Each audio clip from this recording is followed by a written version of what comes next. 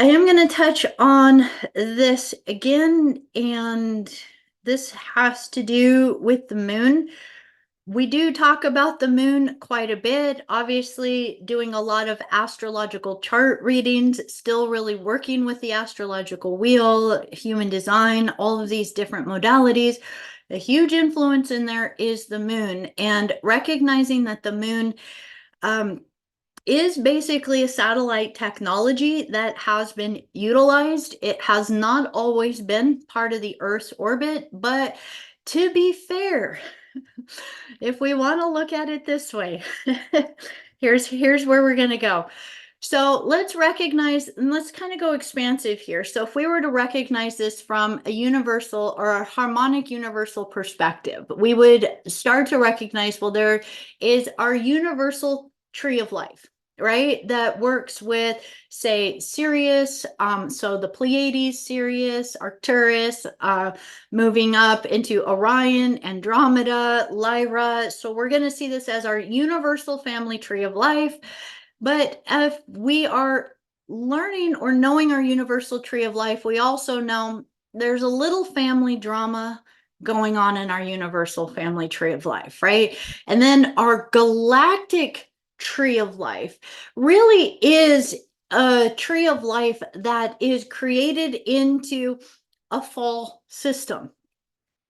So we know that after the fall of Tara, so it's called the fall of Tara, but the wars, the Orion Wars that really went into the Pleiades, the destruction of the planetary body of Tara, that explosion, the black hole kind of chunk that kind of pulled a bunch of energy in through the portal of the sun star there.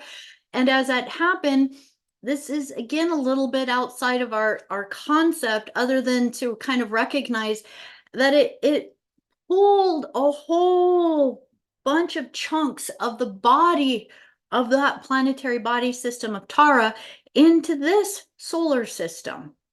And that as this solar system kind of started to form, it was actually existing in a dimensional plane lower than it had been before. So this whole area where we are existing now didn't used to have life forms in it at the level of which we are operating. And maybe that's not exactly the best way for me to say it, other than the angelic human race line was never intended to actually exist in this density or plane. So we already know that all the body parts in this galactic universal tree, or sorry, in the galactic tree of life, the galactic tree of life includes Pluto, the sun, Nibiru, Neptune, Saturn, Jupiter, Mars, Mercury, all of these, right? So the galactic tree of life, it includes all the planetary bodies in there.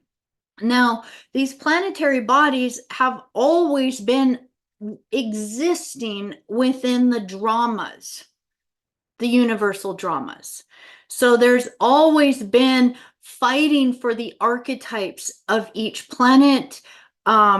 There's been so much fighting here that we don't even have Maldek anymore. It's a big old asteroid belt that carries all the wound signatures within it, right? Chiron, the wounded healer, right?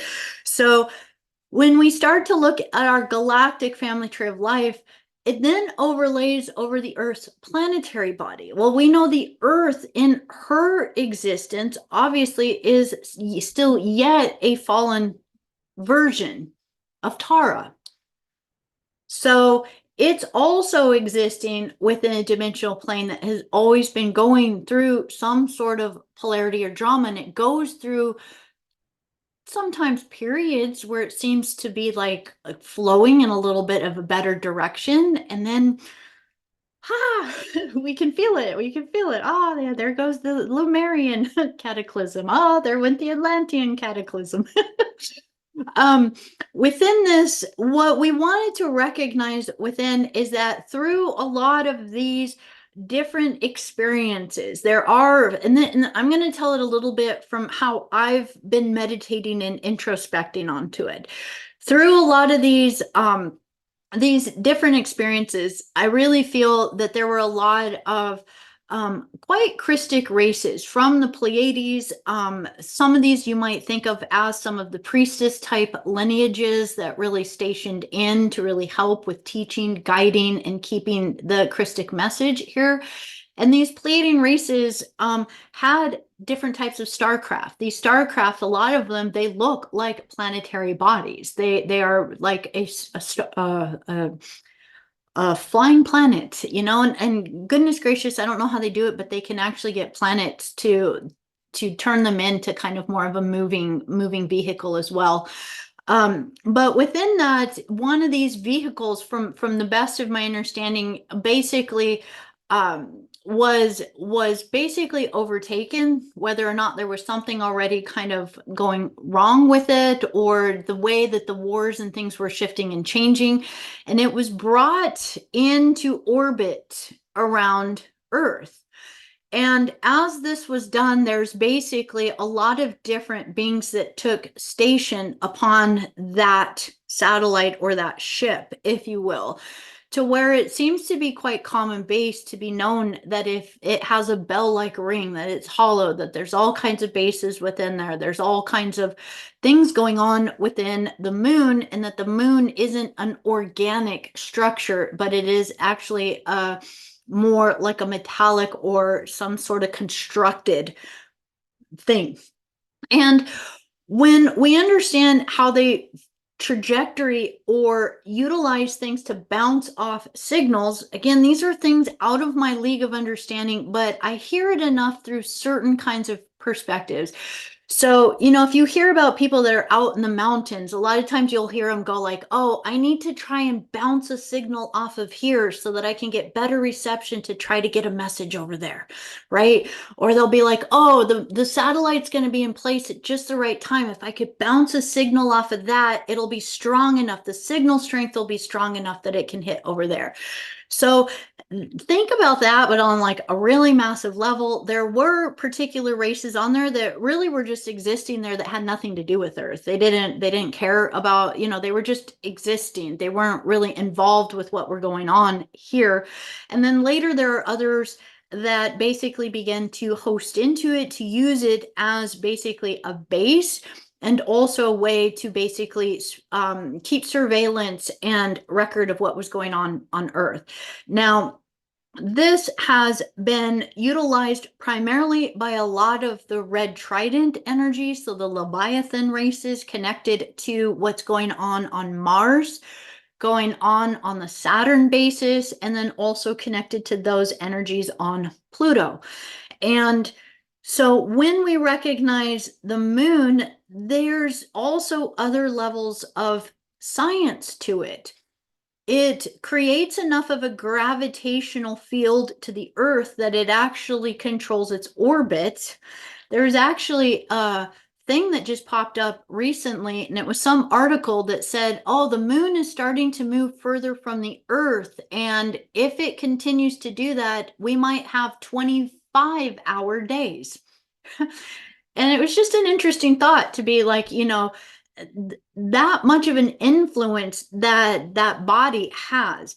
Well, we know that it moves the tides of the ocean, it moves the waters, and that we are water. And so they utilize that primarily to increase signals at certain times, knowing that during times of the full moon, it can excite energy.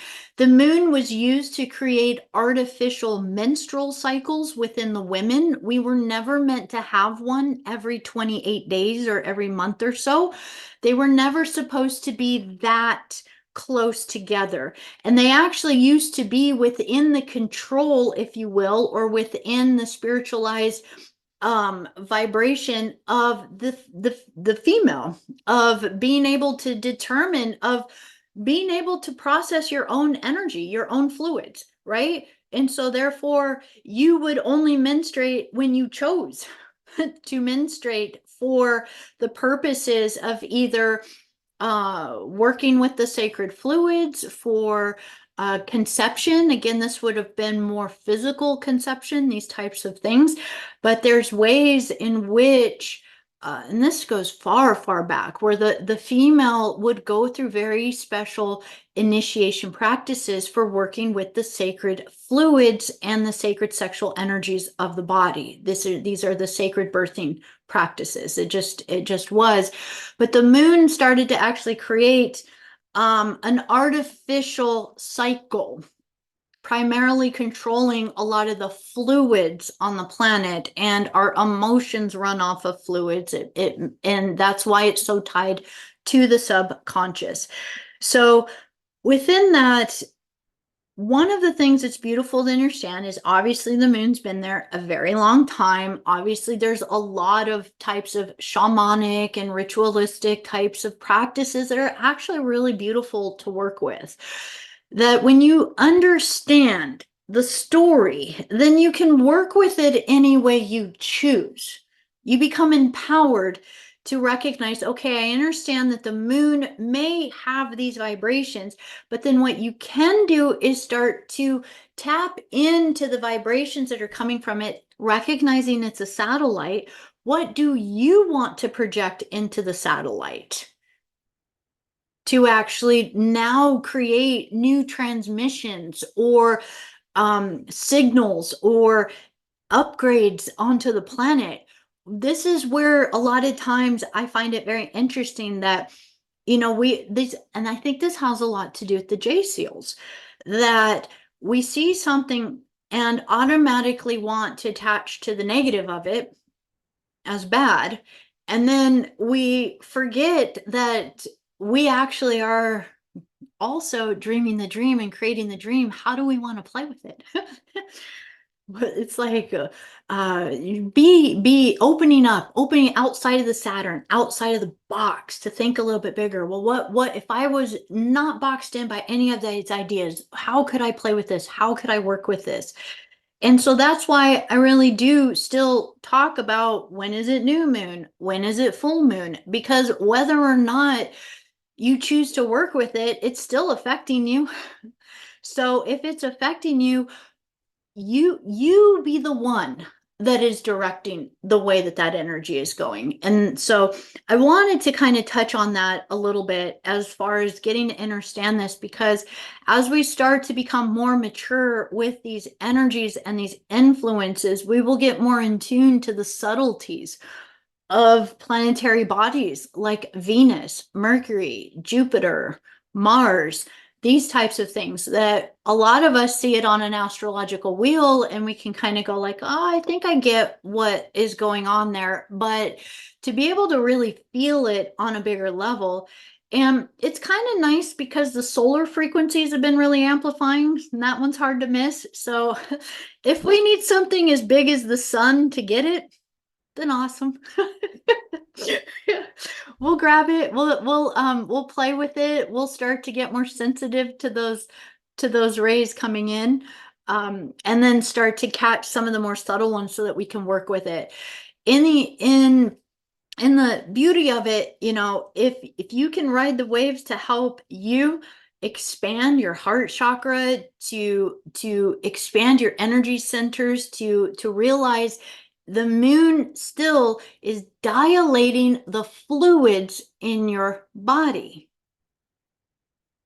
Your cranial sacral is a fluid, which is your whole channel that we work with. All the fluids move through your chakra centers. And so anyways, just so much fun that you can play with that.